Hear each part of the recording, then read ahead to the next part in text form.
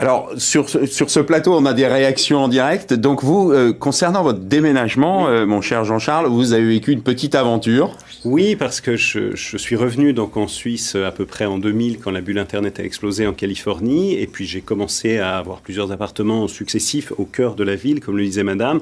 Et puis là, on a cherché à déménager. Et j'ai cherché à le faire seul au début et sans aucun succès. On visite des appartements avec 40 personnes simultanément. Le taux de vacances des appartements est de 0,2% à Genève. Donc on s'arrache des appartements. On va le trouver. Et en fait, j'ai eu l'idée de passer par une entreprise qui s'appelle Geneva Relocation avec Pierre Jonimo, qui je crois devait être là. Alors, il devait être avec nous et on lui souhaite un prompt rétablissement. Et c'est avec une petite larme qu'on n'est pas avec lui dans cette émission, en effet. Exactement. Donc c'est étonnant d'avoir appris ça aujourd'hui, que Pierre devait être là.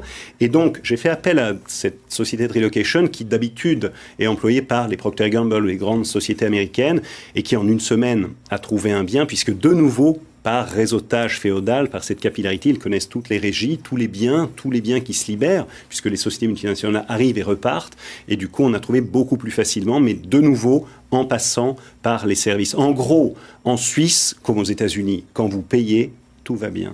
Et Pierre Geronimo vous a résolu votre problème de Oui, logement. Mais c'est ce qui est intéressant, c'est que, de nouveau, il y a cette notion de service, et il nous a choisi des personnes qui étaient des mêmes cultures que nous. C'est une décoratrice de théâtre qui est venue nous aider à trouver notre appartement, ce qui était absolument délicieux, mais du coup, ça a fonctionné. Cette efficience avec cette notion de service impeccable, ça, c'est la Suisse.